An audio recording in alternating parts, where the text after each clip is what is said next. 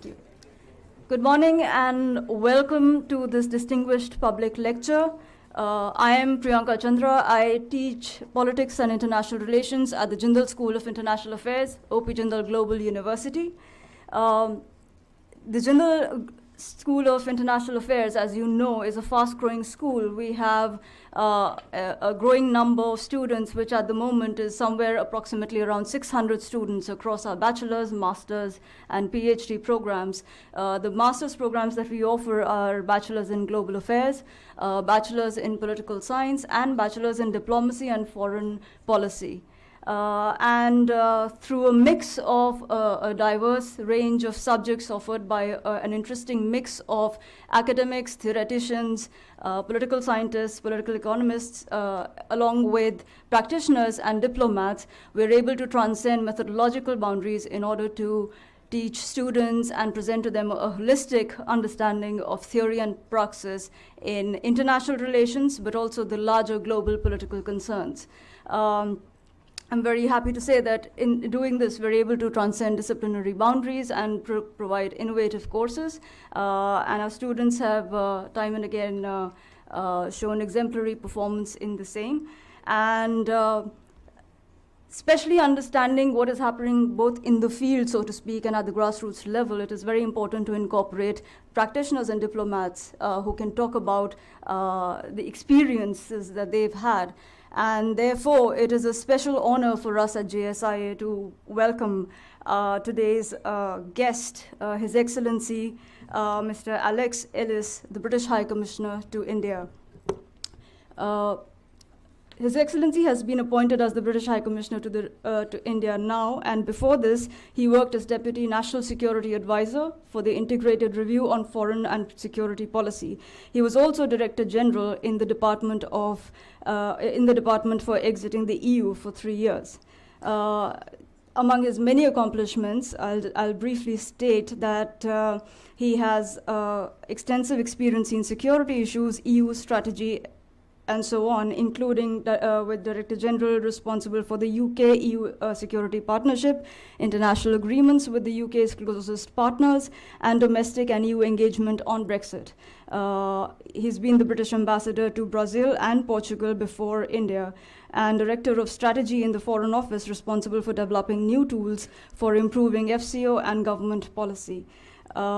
As well as member of the Cabinet of the President of the European Commission with responsibility for energy, climate change, competition, development, trade, and strategy, and before that in the UK representation to the EU, working on the negotiations to establish the Euro, the 7-year budget, and then institutional issues, including the Treaty of Nice. The list could, of course, go on, but I would briefly mention, I think some of you might be interested to know, that he started his journey as a teacher and then transitioned into diplomatic services. Now I would like to invite our Vice Chancellor, Professor Kumar, to kindly address the audience. Thank you very much. Very good morning to all of you. It is indeed my proud privilege to welcome our distinguished High Commissioner to the UK here in India, Mr. Alex Ellis. I've had the privilege to meet him, and very quickly we struck a very positive note. He's somebody who has a very candid approach towards both India-UK relationship, but also his own approach towards building this relationship. It's a very special moment for a number of reasons. Although we have had the opportunity to host over 75 ambassadors of various countries at our campus, this is indeed the first time we are hosting a British High Commissioner in our campus. So it's a historic moment here at OP Jindal Global University. I also want to recognize the presence of a very distinguished parliamentarian, General Watts. Dr. General Watts is a very distinguished parliamentarian, a very distinguished institution builder, somebody who worked for many years in the armed forces, and he is also present with us.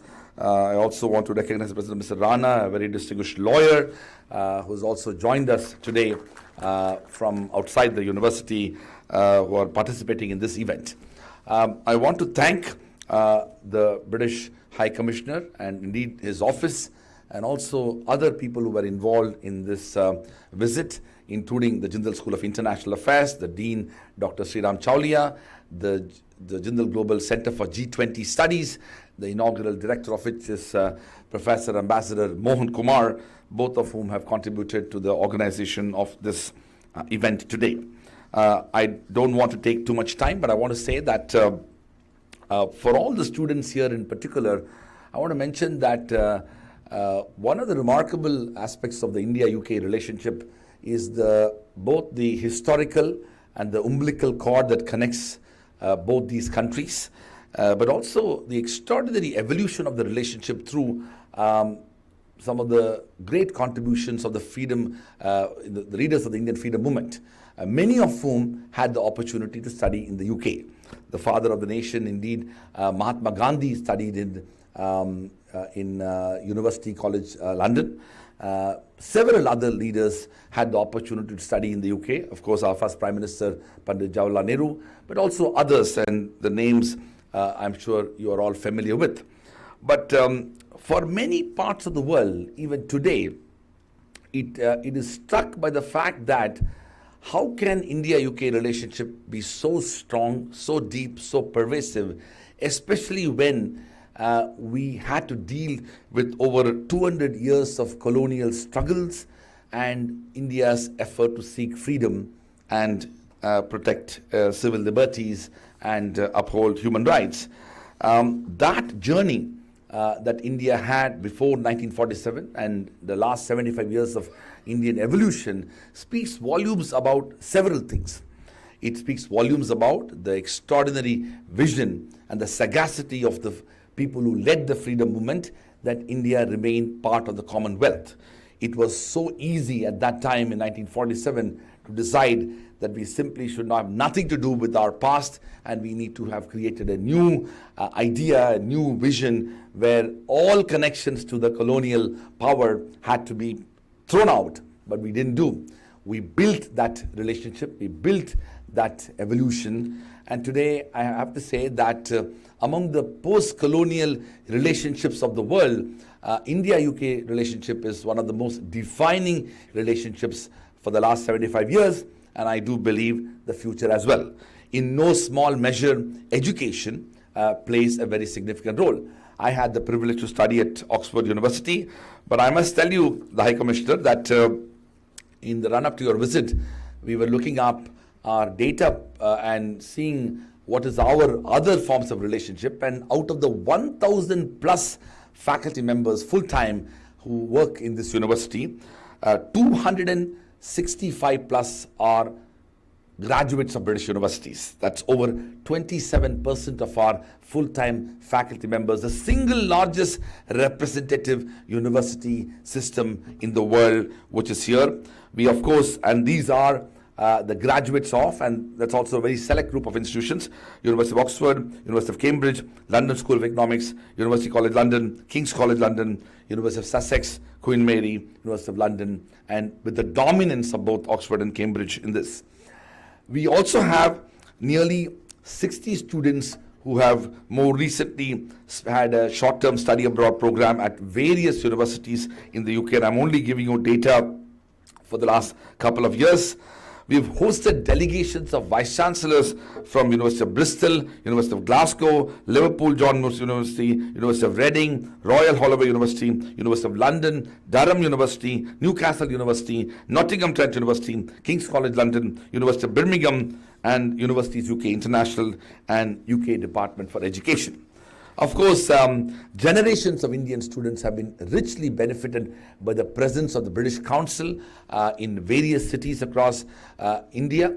I had the privilege to grow up in Chennai, and I spent a good part of my own early days in college and school visiting the British Council, and of course later in Delhi when I was a law student. And my story is not different from so many other students who were immensely benefited by the opportunity to engage with the British Council.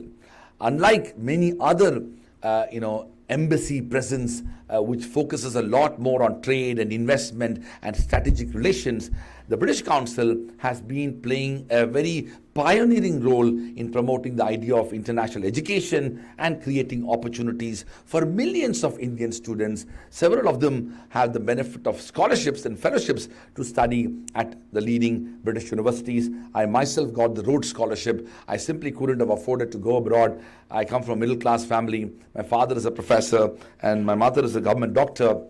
And for me to study with a 100% scholarship is because of that opportunity that was provided. The Dean of the Jindal School of International Affairs, Dr. Sriram Chaulia, he also received 100% scholarship to study at Oxford as a Chevening Scholar, and then later the London School of Economics. And the story goes on. So many of our faculty members, hundreds, have had the benefit of it. So I want to say that this relationship transcends the usual boundaries of strategy, security, trade, investment, which ends up becoming the obsession of most diplomats, and I dare say my friends Mohan Kumar and also possibly High Commissioner Alex. But we in universities are looking at this relationship very differently. We strongly believe the intellectual presence of British universities in the Indian imagination and the aspiration for a large number of young Indians to be able to seek high quality education both in India and around the world is a defining aspect of this relationship. I also want to mention that one of the aspects of this relationship that requires even greater impetus is the need for having a stronger presence of British students among and in Indian universities. While the inward mobility of Indian students into UK has been quite significant, and I believe now it has even overtaken the pre-COVID levels when it comes to Indian students studying in the UK, we have not had much presence of a larger number of British students in Indian universities. While India has become the world's largest populated country recently, overtaking China, and we have over 1.45 billion people, the most important part of India continues to be the case that over 950 million people in India are less than 35 years of age.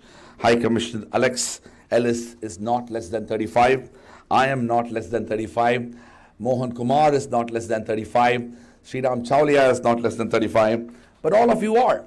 And I strongly believe that young Indians like you are going to shape the future of India and the future of the world.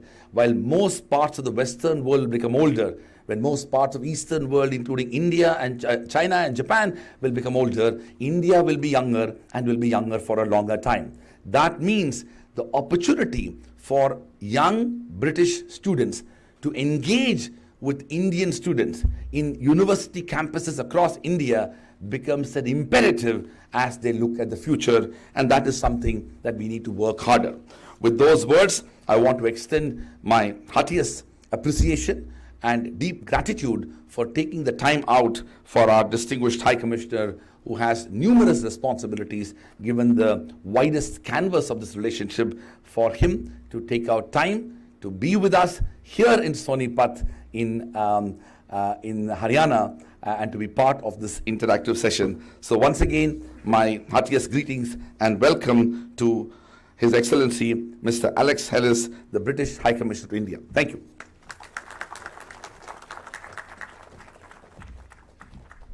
Thank you so much, sir. Before we proceed, may I just remind you quickly to make sure your phones are on silent mode. And now I would like to invite the Dean of Jindal School of International Affairs, Professor Chaulia, to make a few remarks.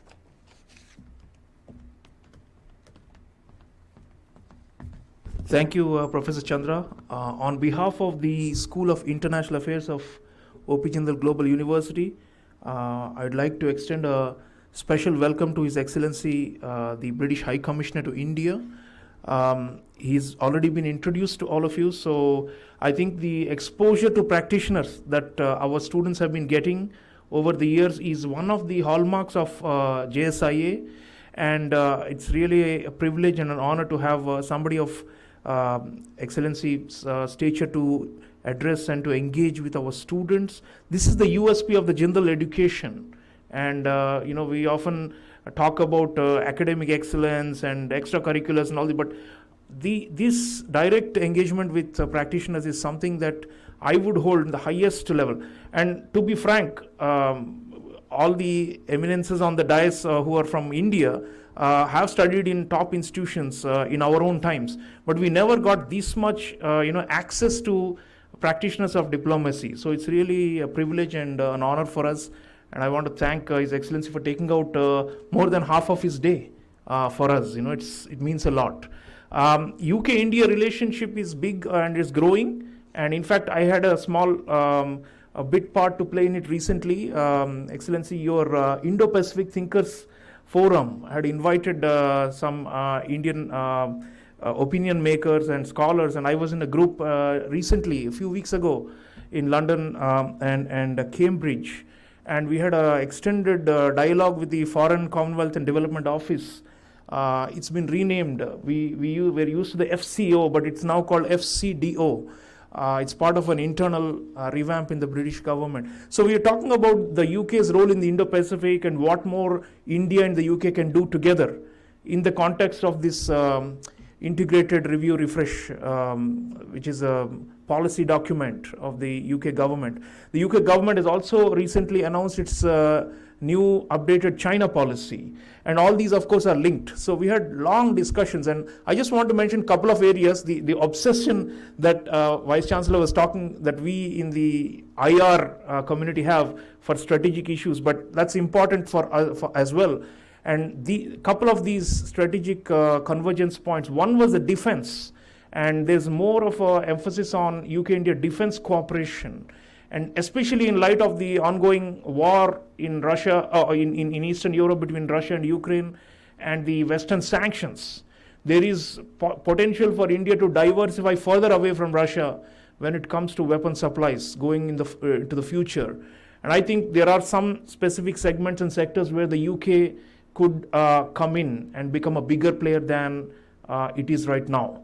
So there has been a discussion on that. And the other was about the UK's presence in the Indo-Pacific.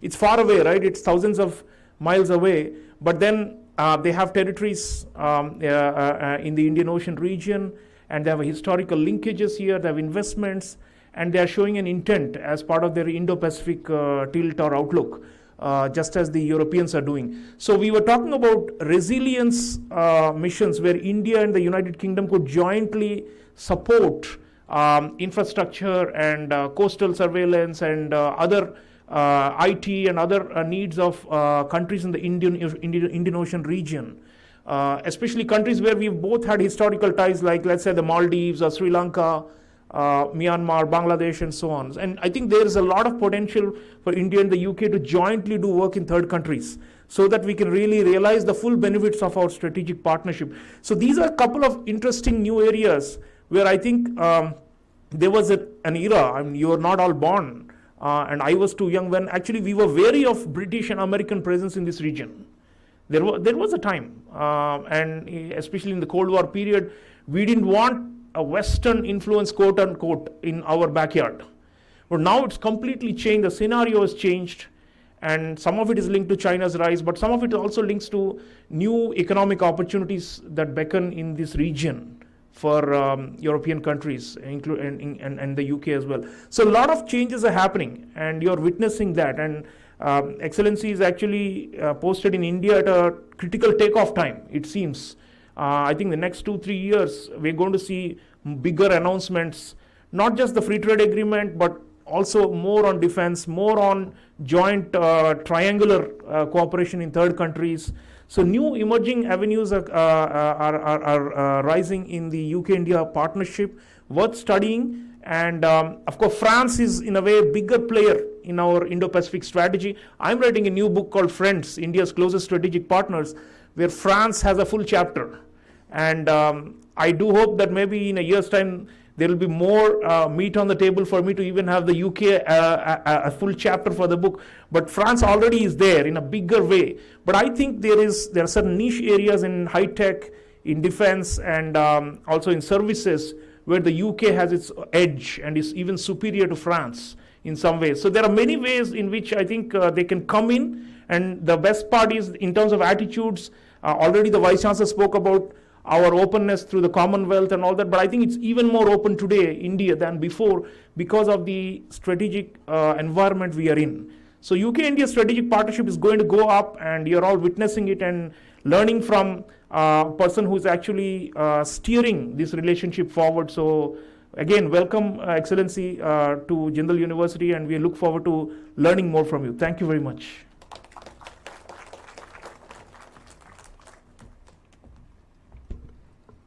Thank you, Dean Cholia. I would like to now invite Dean and Director, Jindal Global Center for G20 Studies, Professor Kumar, to kindly speak a few words.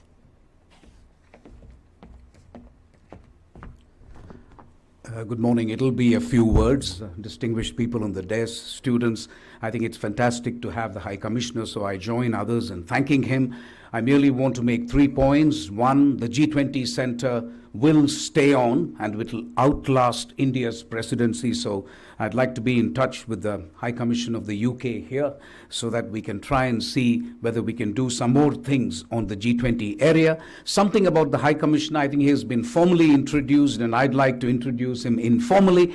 I'm not an intimate friend, but I do follow him on Twitter, and he has been taking great pains to learn the Hindi language by watching movies, and that's an excellent way of learning. I mean, I learned French partly watching movies by Louis de Funès, and he's been watching Sholay and Chupke Chupke. My addition to that list will be a movie called Angur, which is based on the Comedy of Errors of Shakespeare. I think it's a movie well worth watching. Your Hindi will improve by leaps and bounds.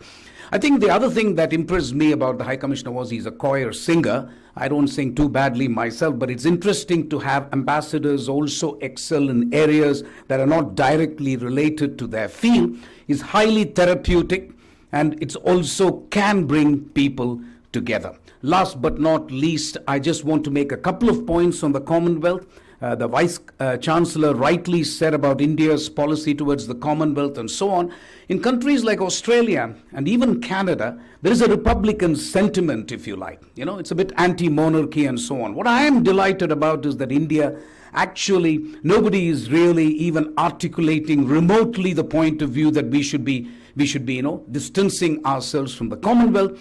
India, UK, and there was a point at time at which India invested more in the UK than vice versa. That was about 8 years ago. I think that has been reversed, but still, there is a lot of investment from India as well.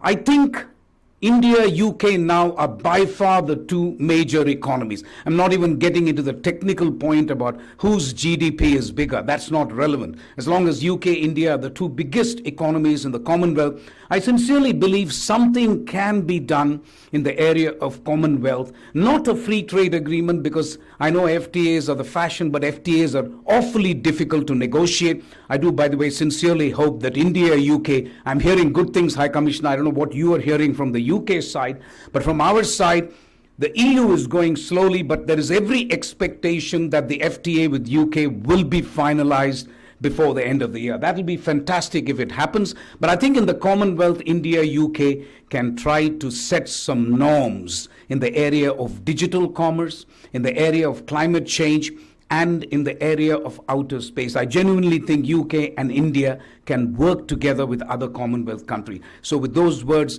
I want to really add my voice to those who are deeply indebted to the High Commissioner for having made this trip all the way from Delhi. I'm dying to listen to him. Thank you.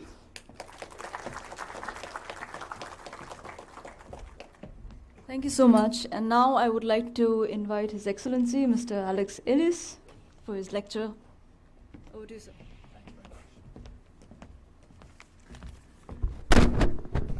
Thank you very much indeed. Hello, everyone. Oh, dear. Come on, guys, it's still the morning. And they've turned the temperature down to keep you awake. It's like one of those flights you take on Ryanair, where they put the temperature down so you'll stay awake during the flight and hopefully buy something. Thank you very much for those kind introductions. I'm going to speak until 5 to 12. Can I have somebody, could you just give me the signal at 10 to 12? So I've got 5 minutes left. Thank you very much. And then I'd love to hear some of your questions. Thank you for those kind introductions. Actually, the film I watched last night was The Gangs of Wasseypur. which I think has enlarged my vocabulary quite a lot. Not in ways I'm going to try and use today, although I still play a bit of cricket and it might come in useful at some point when I do that. So I think just to kind of, keeping you awake, I would like you to turn to your neighbour and for just, let's say, 2 minutes, just discuss kind of what you think, what words, what things you think about when you think about UK and India partnership. So just 2 minutes from now. Turn to your neighbour. Go on, you can talk to them. UK-India partnership. And you on the dais as well. Don't think you're getting away with it. I'll be asking you as well.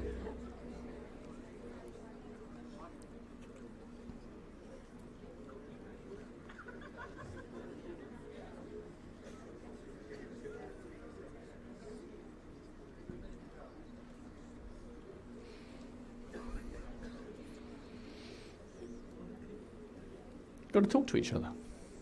Come on.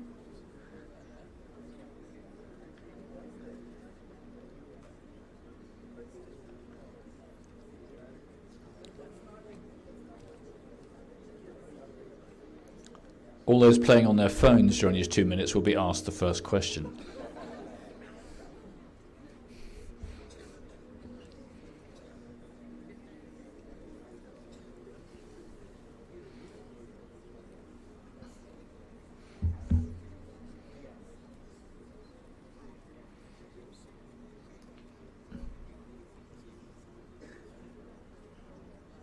Okay, 30 seconds left. Be ready with those words, with those ideas. UK-India relationship.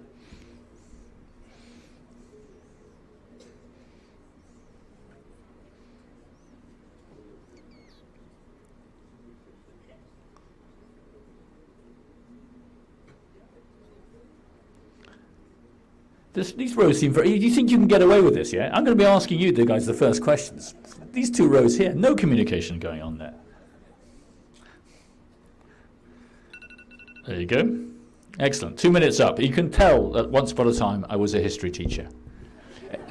Is there anyone here, by the way, studying history? Oh, that's wonderful. That makes me very happy. Okay, so I'm just going to go, let's go around, let's just hear a few kind of thoughts, ideas. When you think about UK-India relationship, partnership, what do you think? Who's going to go first? It has to be a woman. Thank you very much. Free trade agreement? Well, you just heard that, didn't you? Yeah, you were awake for that. Free trade agreement, excellent. Okay, what else? Let's treat you, yeah? Brexit. Ah, yes. Didn't take long for that to come up. Excellent. Not sure what it has to do with India, but anyway, over there. Yes, ma'am.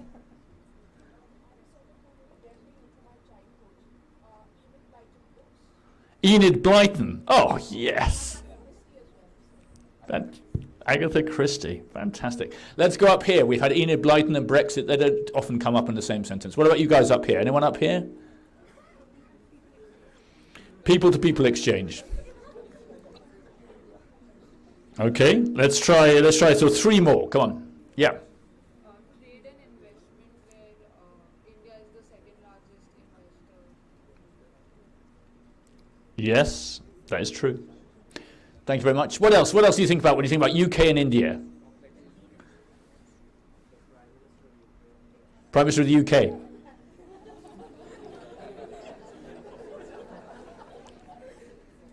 Of course. And let's try one you, ma'am, over there. Colonialism. Yep, those are all good subjects. Okay. High Commissioner, something very important. Among the worst Indian restaurants outside India. They're actually Bangladeshi restaurants, as we know.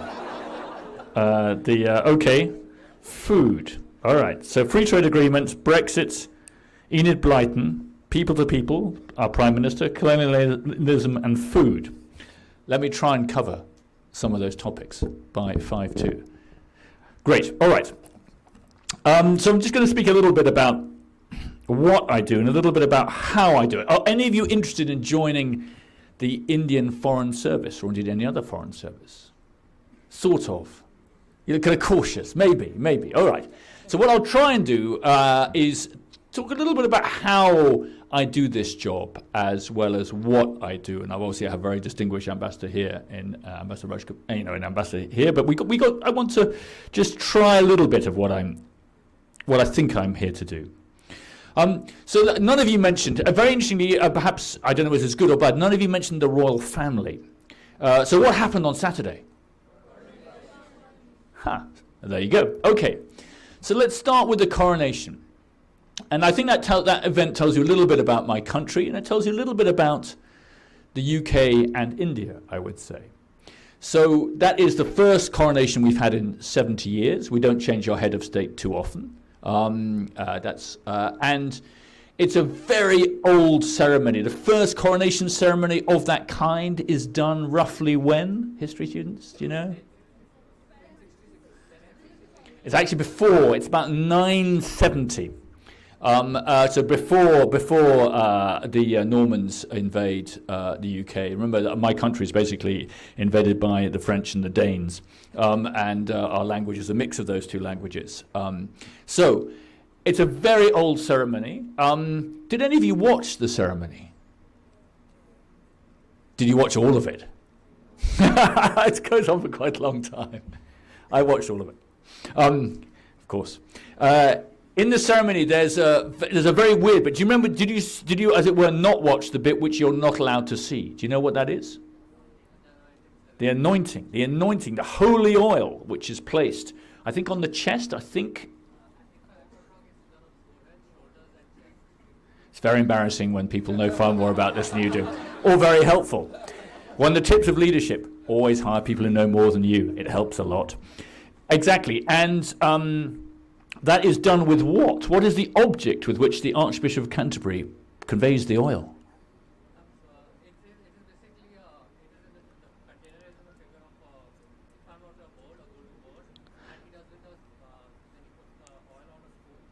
Yes, the golden spoon. And what is unusual about that golden spoon? It's just like a quiz show, isn't it? It's great. What is unusual about that golden spoon? Do you know?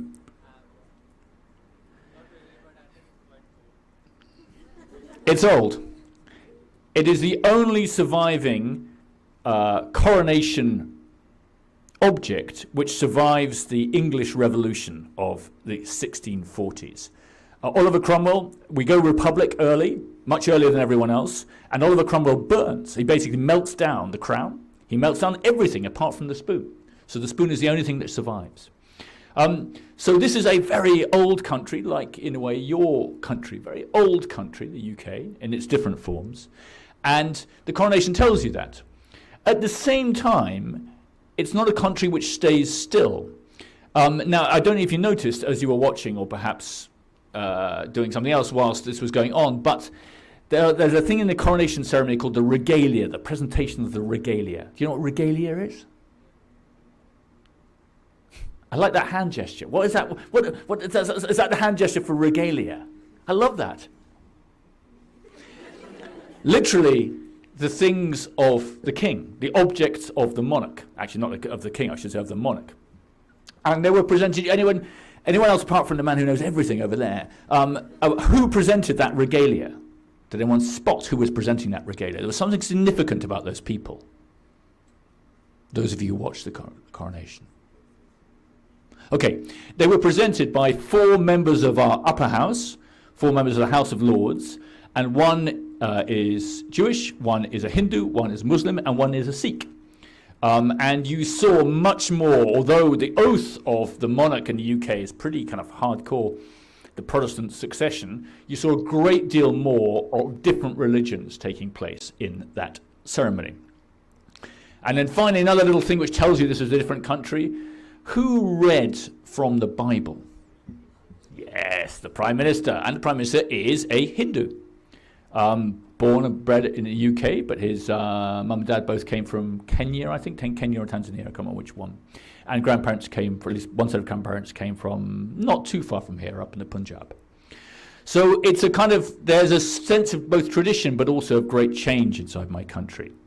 And when I think about what I do in my job, and I would say essentially I do 5 things in my job, I'm always aware of that the basis of UK-India, what makes my job sometimes difficult and extremely interesting, is the degree of human connection which the Vice Chancellor was referring to between our 2 countries. It is extraordinary. And you see my country benefits enormously from it. And I think about those kind of 5 things. Essentially, I think prime ministers in the UK have felt that the UK-India sort of partnership, it doesn't really go as far as it should. The ambassador did great things with the UK-France partnership, and I think that UK-India, somehow it doesn't fulfill its potential. And so we tried to do very roughly 5 things, but I'm more interested in the how than the what. So the 5 things are, we do a lot of trade and investment together. We are the 5th and 6th biggest economies in the world. India will grow to be 3rd in the world by 2030, I should think. So we are trying to negotiate a free trade agreement. That's pretty tough, but I think it's quite important that we do, both for the economic value it gives, but also the strategic value it gives. We try to deal with some of the biggest problems the world faces, and in particular climate change. That's probably the biggest single one. Biodiversity is another. Health crises is another. I think, by the way, the best thing UK and India have done together is the Covishield vaccine. That is funded by some research at Britain's 2nd best university, where your Vice-Chancellor studied. Then with some public funding, and then developed and manufactured in India, and that's done more good than for anyone else.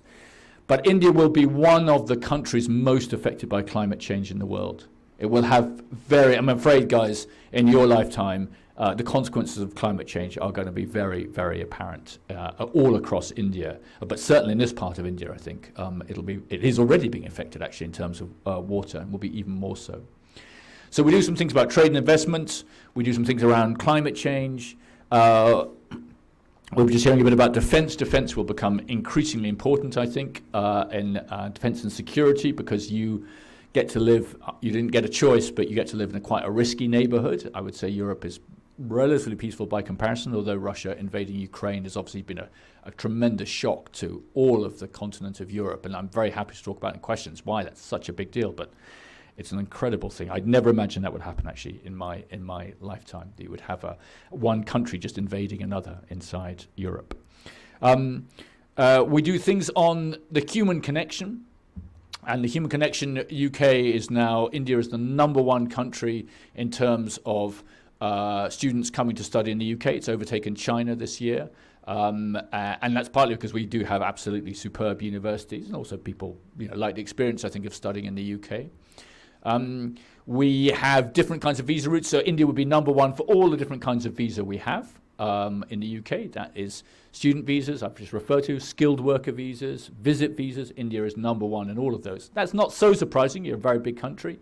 But it shows the flow of people. And I couldn't agree more what was just said just now. What I'd like to do is get more British people coming to India to understand the reality of India. I think that's something which one of the things I really want to achieve over the next year.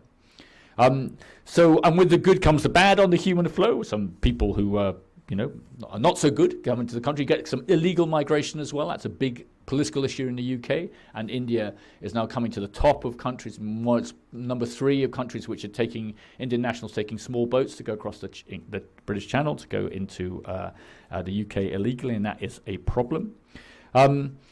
So I think we do a lot, actually. Defence and security, climate, health, people to people. It's an awful lot. Trade and investment. But what I'd like to talk about a bit briefly is the how to do this job. Because actually that's the bit, the what is kind of clear, and I think I know what we need to do. But the how is interesting, and the how is conditioned to an extent by one of the points which you raised, which is colonialism. I've never served in a country where Britain was the colonial power. I've served in lots of countries, but not in one such. And that makes it a much more complicated job. It means there's this incredible human connection. We wouldn't have a prime minister called Rishi Sunak if Britain had not been the colonial power of India. That is, it's just an extraordinary fact that you have this extraordinary flow of talented people coming from all over the world into UK. And I don't know, have any of you read Satnam Sanghera's Empire Land? People. Whatever it is you're reading, read that. It's a brilliant book. And it's a book written by a guy who's born in Wolverhampton, parents come from the Punjab, asking the question, why on earth am I here? He walks down the street in Wolverhampton and says, why am I here?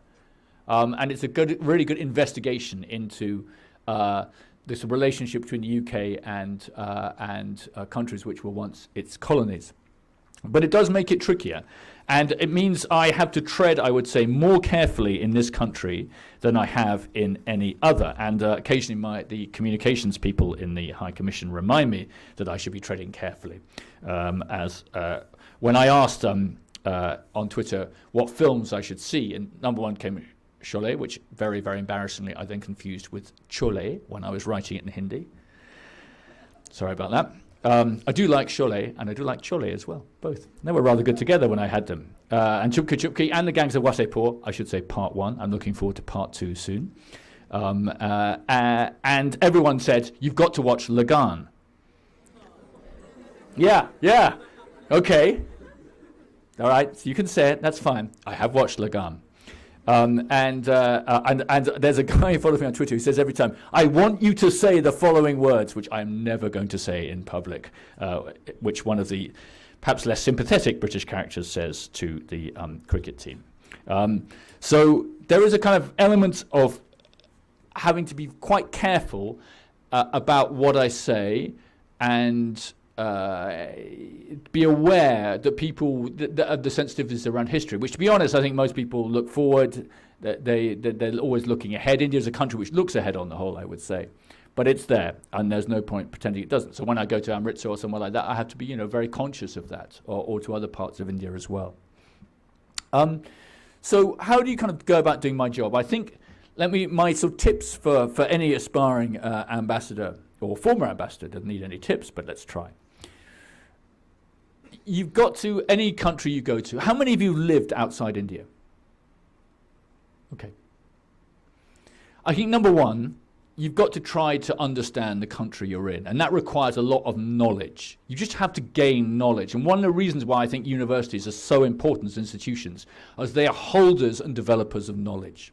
And that's what university must be, that amongst other things. And that's why I'd love to get some more British students here, because you just have to study a lot. And India is so big. There is so much knowledge. It's almost overwhelming. If you come from a country like mine to a country like yours, it's almost overwhelming, just its size. But you have to start somewhere. So you have to read a lot. One of the great frustrations that I have is I don't speak any of the vernacular languages. I speak some very basic Hindi, which I've tried to learn, but not enough to really gain knowledge through Hindi. But language is definitely one of the ways of attaining knowledge. Any country you go in, you've just got to try and learn the language of the country. So you're trying to get knowledge. You get it from language. You get it from travel. How many of you are from the south of India? Okay, so you have quite a broad geographic focus in them. It's incredibly important, and it's true if you're ambassador to France, you've got to get out of Paris. It's true if you're High Commissioner to India. You have got to get out of Delhi. You've got to go and see all of the variety of the country, because one of the defining features of India surely is its diversity. I think you have to understand where your biggest gaps of knowledge would be. So mine, for example, yours is a country. India scores about the highest in the world in terms of religious faith, I would say. It's kind of off the charts compared to, and it's interesting, even the United States, drop in religious faith, we're a very religious country, it's dropped a lot in the last 25 years, low in the UK. You have to understand something about the faiths of India. You have to understand something about the caste system. I know nothing. I completely do not understand the caste system, but it's clearly such an important fact of life in India that you have to kind of try and understand it. If anyone's got any good books, they suggest I should read about it. I have read a very, very academic book about it, written by a Belgian professor, but I think I need something else to really get me going about that. So you have to get the knowledge, you have to travel. I think you need, this is true for a High Commissioner, it's true for anybody in India, you need high levels of patience and persistence. I think I do this job for my successor's successor. It's a 10-year job getting something done in India. It's amazing what you've achieved in 14 years here in this institution, but things take time. And most of the things which we've achieved since I've become High Commissioner in the last 2.5 years are the result of my predecessor's work. So you have to have this kind of sense of continuity and of keeping at it. And things go wrong. And when they go wrong in UK, India, they go quite publicly and noisily wrong.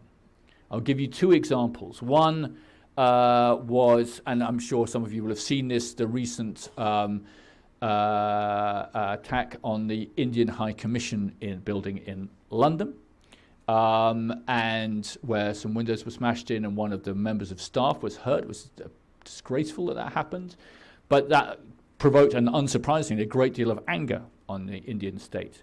And I have to deal with that. I have to work out what we do and how we manage that. There was another different kind of incident about 18 months ago where, on relating to COVID, where the UK changed its rules, essentially about the first country to liberalise its travel rules so that people coming into the UK, double vaccinated, didn't have to quarantine if they came to the UK. India wasn't on the original list, and people got very angry about that. And again, I had to sort of manage that. So you've got to deal with things that go wrong. And I'm very happy to answer questions about how you deal with things that go wrong. How are we doing for time? 5 minutes? Yeah. You have to make sure you're doing a lot of things at the same time. It's probably true of a university as well. Something is always going wrong somewhere. Even in your studies, guys. You know, some things are not going as well as other things. Unless it's all going really well. Is it all going really well? Really? Really? And by the way, if anyone says to you, all good, I'm immediately suspicious. Nothing is ever, ever all good. So I talked about kind of 5 things we're trying to do. I have to make sure that if one thing is not going so well, the other 4 are going well. You have to kind of be moving on a lot of fronts at the same time, because otherwise you can get stuck.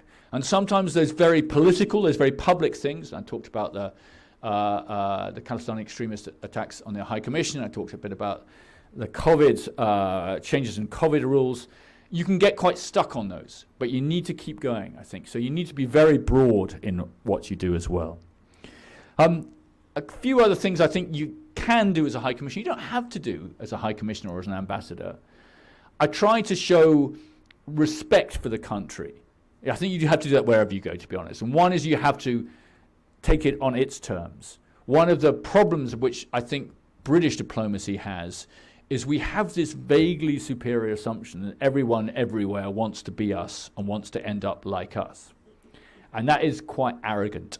And I think it's one of the things that really has to change. And one of my kind of missions in the last 15 years since I've really been an ambassador is to try to change that mindset. To take India not as a country which wants to be but like the UK, but as a country that wants to be India and is going to be different. Now, people all over the world like some of the things we have in the UK. So we have some great things in the UK, starting with amazing universities, but also including a fantastic, in my view, judicial system for speed of justice and fairness of justice. But, you know, each country wants to be itself, and you have to understand and respect that. I think you have to show respect by enjoying the country you're in. I think you have to convey that to people. You have to convey the fact that you like chole. And that when you eat a dosa with a knife and fork, and then everyone tells you to eat it with your hands, you eat it with your hands, and it's much better with your hands as well. So you have to show different kinds of respect. You have to read up about the country. You have to study it. You have to try and study some of the great works of that country. And you have to humanize a bit, I think, the role that I do. You can be a bit tight-assed as an ambassador, excuse the expression. And I think you have to sort of communicate in a human way. I'm an absolute cricket nut, so I still play a bit. I love going to watch cricket. I really like Indian films of all different kinds. You have to kind of get into the culture. I do sing, it's true, it's all right. I'm not going to sing now, it's okay.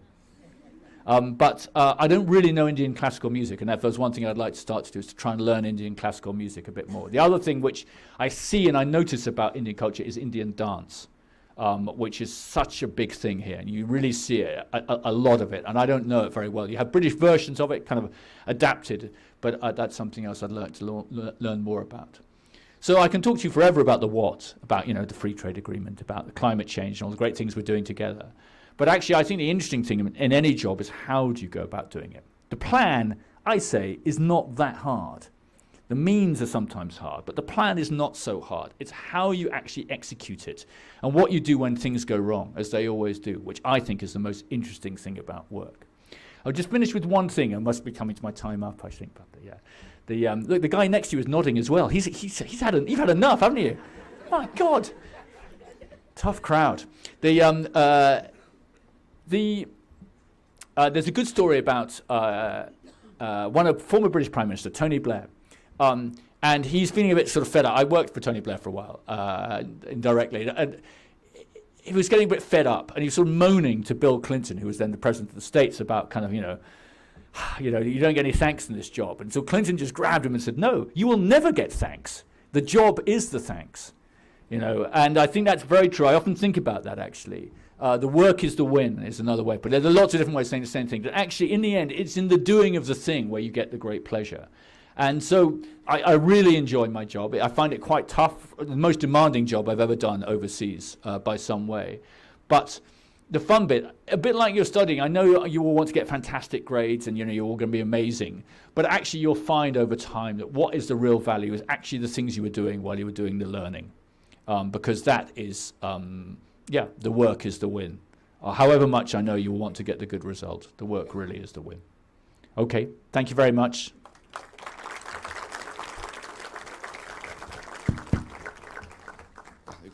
Thank you so much, High Commissioner. That was fantastic reflections, a very personal set of reflections, and also putting the larger context of the India-UK relationship. So the floor is open. High Commissioner will be happy to take questions. So, I only have one rule, which is a woman has to ask the first question. okay, all right. So one right at the back. yeah, okay, please. 50% of our students are women, so there will be enough questions there.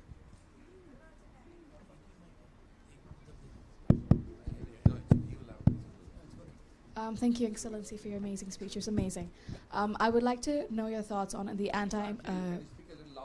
I would like to know your thoughts on anti-protest law implemented by the British government just 2 days before King Charles' coronation. So the anti... Protest law. I had not been ready for that question. So the first thing to say is the reason I asked for a woman to ask the first question is because there's so much research that if a woman asks the first question, other women will ask a question. If 3 or 4 men speak, usually no women will speak in any public event. And there's a vast amount of research to back that up. I don't know what law you're referring to. I beg your pardon. I'm extremely sorry. So that's a great question, but I don't know the answer because I wasn't aware that a new law was passed 2 days before the coronation. Yes, it was passed. So you have 6 months of jail time if you do any protest while the King Charles coronation was going on. If you're standing at the building or you're clinging on to people. I need to go away and look at that. I'm surprised that the Parliament passed a new law 2 days before the coronation. I would be surprised, but I will look it up. It was very unofficial, I would say. I don't think a law can be passed unofficially. In fact, no doubt the King has to sign the law, because that's what you do. Anyway. Good morning, Mr. Ellis. So it's a big pleasure to have you here. So I just, am I audible now? Okay, good. So I have 2 questions. So the first one is, as you said, the UK has a problem of illegal immigration, and the refugee problem is, there is a refugee problem. So like there are 2 main ways to which like people get to the UK. One is through Calais, and then they seek asylum there. Or there is another way which, there is another backdoor route where people go to Cherbourg and then they take a bus to Belfast and then they take a ferry to Scotland. So how do you try to mitigate these well-known refugee routes? And sure. Let me take that one. It's quite a big question. Do you mind? Yeah. Let's take that one. Sure. So the flow of people between countries is going to grow a lot in the next 20 or 30 years. It's already significant, and I think it'll grow a lot more. Most of that flow is legal. So the UK's net migration last year was just under 500,000 people, which for a country the size of the UK is a lot of people. And India is the #1 country for legal migration into the UK. That's temporary workers, students, very keen to have more students, and visitors as well. And as I say, with any flow, you'll get some illegal migration, either people overstaying beyond when they're allowed to stay in the country, like going beyond their visa, or people who have no right to come into the UK. And that is a big political issue in the UK. When the Prime Minister Rishi Sunak gave us sort of 5 priorities for the year, I think that was certainly in the top 5 priorities. Ultimately, you have to do it by cooperation with source countries. One of the things we've worked on very hard with India over the last 2 years is what's called a mobility partnership, where we work together both on facilitating legal migration. For example, I don't know if any of you went in for the young persons migration route. We now have a new young person scheme for anyone aged 18 to 30 to go to the UK on a 2-year visa, and they can either work or study. And at the same time, we try to work upstream on sources of illegal migration. One of the ironies is I think a lot of people, of the illegal migrants coming to the UK, they probably don't realise there are good legal routes they could take. And finally, one thing we spend a lot of time on is ensuring that our legal migration routes are efficient. So that means our visa system, and I'm delighted to say, compared to this time last year, an outstanding bit of work by my colleagues has reduced the waiting times from visas now to below the 15-day working day standard we set ourselves for visitor visas, and that's a fantastic achievement by my colleagues.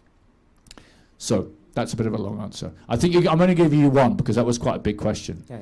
And I'm still in the back of my mind thinking about the law you've just mentioned too. That's quite tricky over there. Let's go over there because we haven't got one over there. Yeah.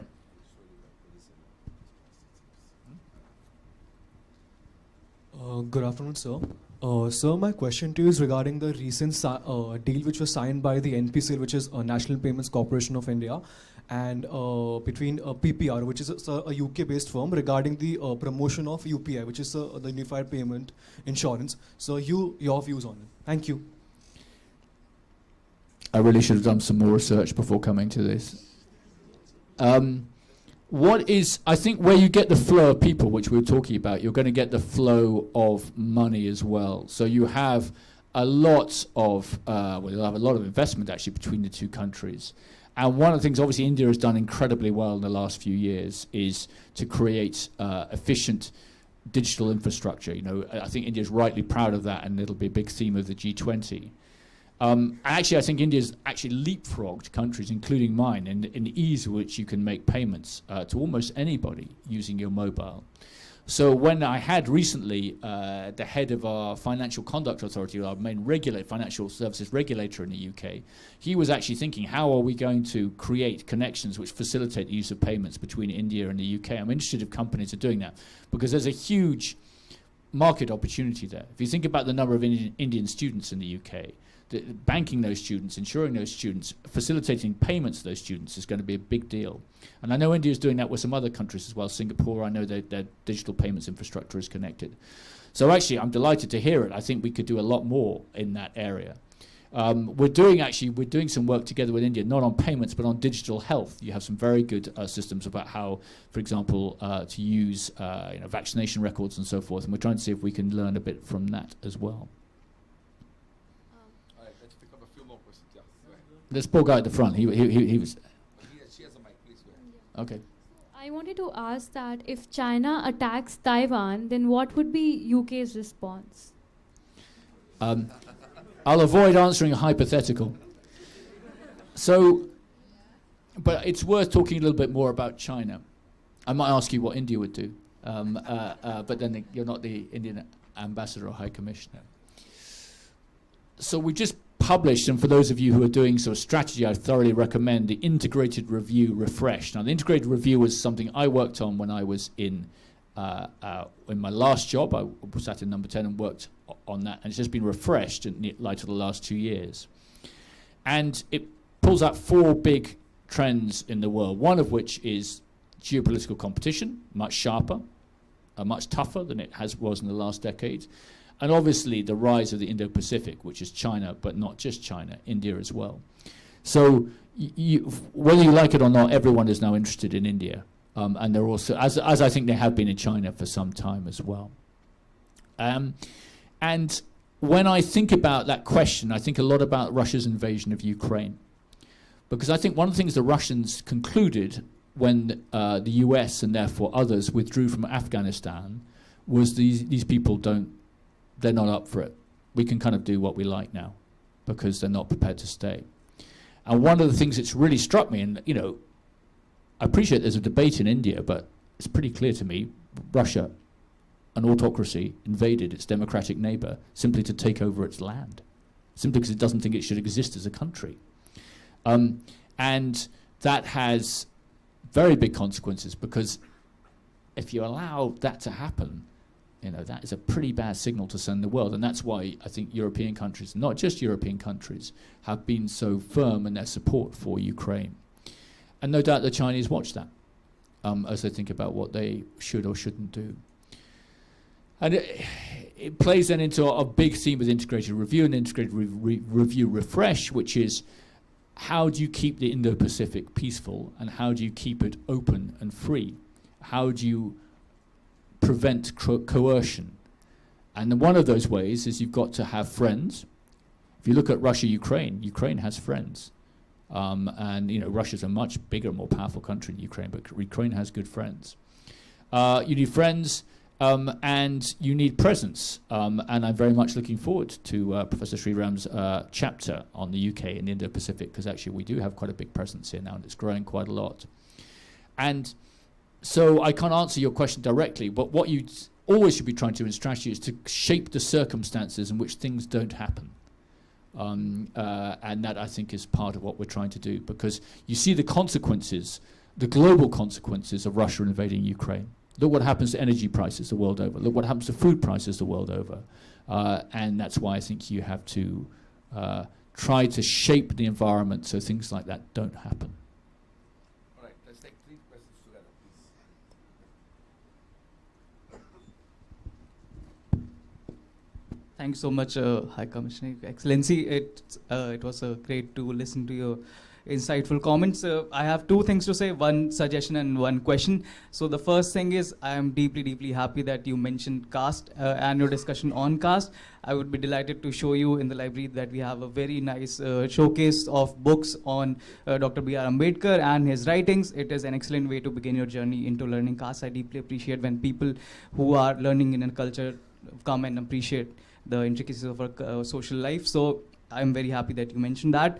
The second is that I would like to take your attention off from the geopolitics and bring it to a bigger security threat, that is climate change. You mentioned briefly about UK's role and India's role together in mitigating climate change efforts, and since the G20 etc. also focuses a lot on climate change as well. So can you give us some concrete measures that UK and India can take together in the coming few years that can help us reach the 2030 goals set by the Paris Agreement much faster, because since we have been lacking a lot in that area. So thank you so much. Right, behind you. Thank you, Mr. Excellency. My name is Ritik and I'm a master student at JSI. My question to you is with regards to Brexit and its aftermath. After a couple of years of Brexit, my question to you is how has it shaped the UK's engagement with countries like India, but also with the European Union, given in various different ways? The continent, the neighbors that you share, you very often you are integrated with them, and as you were part of the EU, how that has shaped your engagement with them and also with countries like India?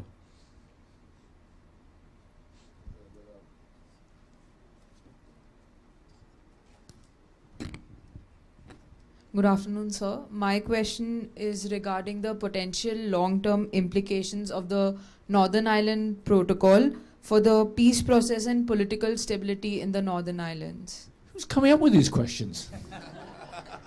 Very suspicious. When I see you looking on your phone, I think, wait a minute. Who's been drafting this? Yeah, exactly. ChatGPT. Okay, great.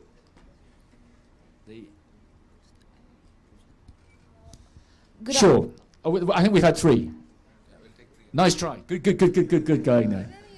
Yeah, okay, let me try a bit. So climate change. I could have talked for the entire lecture about climate change, but so some of the kind of, if you look at integrated review, it says there's geopolitical competition, there is the rise of the Indo-Pacific, there's the rise of technology, and finally that the kind of things you might call transnational issues are getting worse.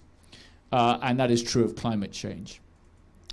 So you have a sort of political target, and that was set at the summit in Paris in 2015 and then in Glasgow in 2021, and it's interesting, Prime Minister Modi both times went big. Decided that's where India needed to be. And now we kind of have to do it. And that is, India, I think, is in a very interesting and tricky situation because India is not a big emitter of greenhouse gases per head. It's about 2 tons carbon per head, I think, something like a bit above that. But it's going to be the second biggest emitter in the world by 2030. By the way, in case you're wondering about the old historical argument, China has put more greenhouse gases into the atmosphere in the last 30 years than my country did in its entire history. So just to remember that one. But India needs to develop, and at the same time develop in a sustainable way. And that's not straightforward, although it is possible. And UK is doing a lot. UK has cut its greenhouse gas emissions by half, almost, since 1990. But if India and China and the United States don't do that, that basically decides the rest of the world what it does. So what can you do? You can share policy. How do you make electric vehicles work, for example? How do you make the infrastructure for electric vehicles work? And we do some work on that. You can do some research on some of the kind of harder ends of green hydrogen, which will be a really important part, I think, of India's answer to climate change. You can do some policy work on the grid. Basically, climate change requires you to electrify every single thing you possibly can. And that puts a great deal of pressure on your grids, and you have to have the right system, infrastructure in place to be able to do that. And you can do things in other countries. We do actually things elsewhere through the International Solar Alliance, through the Coalition for Disaster Resilient Infrastructure, things about how you, in that case, how do you adapt when you have climate change issues. So there's a lot you can do. Basically, it's a big theme of almost everything we do. One of the things I'd like to do us more on, by the way, is biodiversity, where I think that is another and there's a wonderful review by another great Indian academic, Professor Das Gupta, this time from Britain's first university. He's not even reacting anymore. Which is well worth reading, about the consequences of the erosion of biodiversity. I think that's a very big issue in India, actually. You're growing, your population's still growing, a lot of development still to come. How are you going to do that in a way? Because the decisions you take now in your infrastructure have 30-year consequences, which are going to affect everybody. So climate change, yeah, we do a lot. We could do even more, I suspect. Then Brexit. So that was 7 years ago, the vote to leave the European Union. I was called back, actually, I was ambassador in Brazil to come and work on Brexit after it took place. That we are now essentially establishing a new kind of relationship with our European neighbours outside the EU. And that's perfectly possible. And in a way, the Russian invasion of Ukraine has brought countries together. It's actually been an opportunity to remind us, UK, France, other countries, that we are all together trying to protect the territorial integrity of a democracy from its autocratic neighbour. So that's had quite a helpful effect, I would say, in terms of bringing us closer together. We have a very, very difficult issue, which is well worth studying. If you're doing a kind of IR, the issue of Northern Ireland is a very interesting issue, very difficult issue, because in Northern Ireland is part of the United Kingdom, but roughly half the population would not recognise the United Kingdom as the sovereign power in that country. They would recognise Ireland as a sovereign power. And we found a way of dealing with that, which I think is a wonderful thing. When you have that kind of degree, and there was terrible violence in that part of the world for too long. And a great achievement is actually to bring peace through diplomacy and through very thoughtful ways of trying to manage a tough problem around identity. Leaving the European Union throws some of those problems up in the air. And actually, I think both the European Union and my own government have done very well over the last year to find ways to reduce those tensions and to make UK being outside the European Union function for the people of Northern Ireland. On Brexit more generally, or UK being outside the European Union, I think that for India, they see that as an opportunity in two areas. One is doing a free trade agreement. I think doing a free trade agreement between the EU and India is very hard because India has such big agricultural interests. I think it's a bit easier with the UK. We're smaller, and so our negotiations are more advanced. And they also see it as an opportunity in terms of migration. We're talking about legal migration. And the UK's migratory policy has changed since 2016 in ways which are relatively beneficial to Indian nationals versus nationals of, say, Portugal, where my wife is from, or other EU nationals. So actually it's had some beneficial effect, I would say, for India. And that, combined with the pressure of China, I think has brought our two countries closer together. A few more? How are we doing for time? We're on overtime. We'll take one question from there. Although this person is holding the mic for a while. So maybe both. Good afternoon, sir. My question is regarding the UK Rwanda asylum plan, as to how you put it into perspective, because there are critiques view on how it is not humanitarian enough. It's not humanitarian. Okay. I have two sets of questions. My first one is why it is taking why it is taking so long to extradite Indian criminals taking shelter under the UK law. Sure, good question. So the second question relates to there are some people described as economic fugitives in the UK who are wanted in India, Indian nationals, and in the case of the most so mediatic one is Vijay Mallya,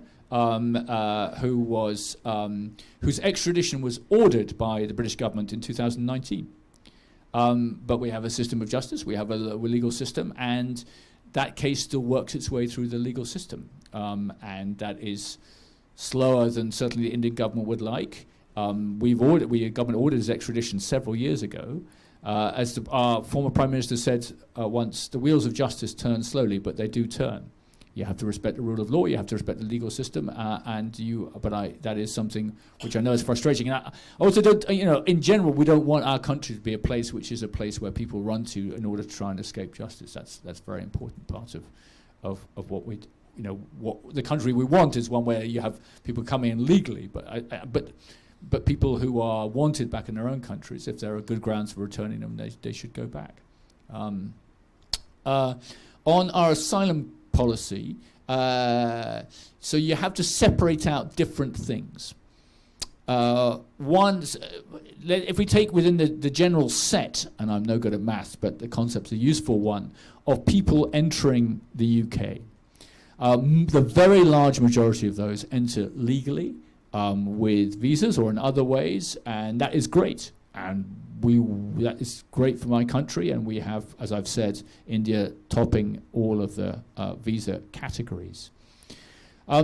You have some people entering illegally. Now, within that set, you also have people who are claiming asylum. Some of those asylum claims are totally bogus. It's just a neat way of staying in the country for as long as you can. No more than that. And the hard thing is, how do you separate people who have genuine asylum concerns, and those might be people coming from Syria, for example, from Afghanistan, to give two examples, and how do you separate those people from people who just want to get into the country, didn't get a visa, but want to get in anyway? Because in a way, they undermine the legal migration system by coming in illegally. And that is a really hard thing to do. All countries are finding that quite hard to do, actually. And so we find different processes for doing so, because ultimately, if you deal with migration, you want to deter upstream people from trying to enter the country illegally, so that they don't try and make the journey. Because the people who make the money from the journey are criminal gangs who operate in large scale, particularly on migratory routes, including the small boats. But to go back to what I said at the beginning, the UK benefits hugely from legal migration. We have the Prime Minister we do because of legal migration, ultimately, from, in this case, from his parents coming over from East Africa. So, and if you look at people of Indian origin in all walks of UK life, you have absolutely outstanding people in almost every, and not just from India, from all over the world. It's a great thing about my country in the last generation is how that has changed to our benefit. That is, I think, that is it. Is that it? Thank you very much. Thank you so much, sir. I would now invite Professor Jyoti Patania to please offer the vote of thanks. I don't think anyone fell asleep, did they? When I used to be a teacher, it was my main aim. Well, as the distinguished, good afternoon everybody, as the distinguished public lecture on the theme India-UK relation is now drawing to an end, I would like to thank our guest of honor, His Excellency Mr. Alex Illis, Founding Vice Chancellor, JGU, Professor Sri Raj Kumar, Dean, JSIA, Professor Sri Ram Cholia, and Director, Jindal Global Center for G20 Studies, Professor Mohan Kumar, for their outstanding constructive speeches. I'm certain you all share my view that the whole lecture, including the question answer session, was very stimulating and an enriching exercise. UK and India relations are bound by strong ties of history and culture. They are framed by mutually agreed roadmap to deepen the bilateral ties by 2030 with the aim of developing a comprehensive strategic partnership. Their deep and vibrant people-to-people connect is cemented by the living bridge of 1.6 million strong Indian diaspora in the UK. UK described India as the world's largest democracy and as an international actor of growing importance. Now I would like to bring forth a few key takeaways that have emerged from today's proceedings. India-UK relations are like an umbilical cord that binds us, and that's how we are maintaining our post-colonial relationship even today. Britain remains as a mecca of Indian students with a desire that we need to increase the intake of British students to Indian universities. The new emerging avenues of relationship like the Indo-UK Defence Partnership, coastal surveillance, more infrastructural development, defense partnership, jointly to work on third world countries were some of the key takeaways for today. UK-India relation basis is in its sense of tradition and modernity. But the UK-India does not fulfill its potential. We have a long untapped potential which we can still fulfill. So 5 areas were the climate change, biodiversity, trade and investment, defense, security, and health. This lecture leaves us with plenty of ideas, information, statistics, and vision to reflect upon. Finally, I would like to express my gratitude to all those who made this event a success and a reality. Thank you and have a great day. Thank you so much. And now our Vice Chancellor and Dean will present a token of our appreciation to our eminent guests.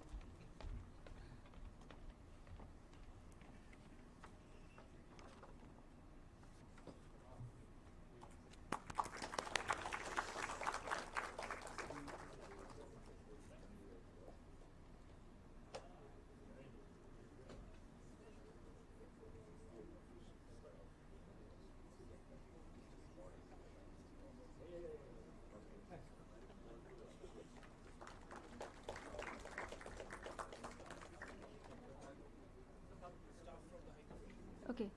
May I also invite the staff from the High Commission to please join us on stage?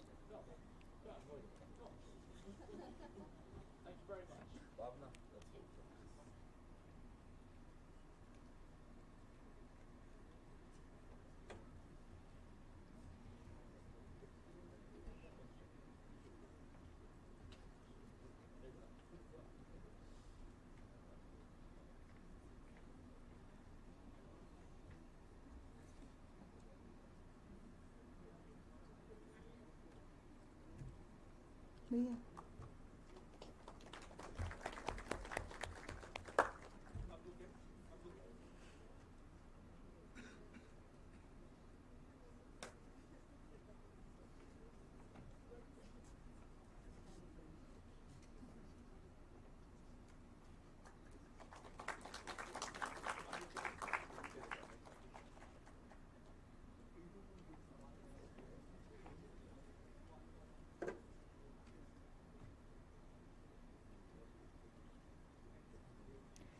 Thank you so much. Thank you once again to His Excellency Mr. Ellis and to all of you, to the students for joining us and for your wonderful questions. Thank you and a round of applause. Right. Thank you. And this program is ended. Thank you so much.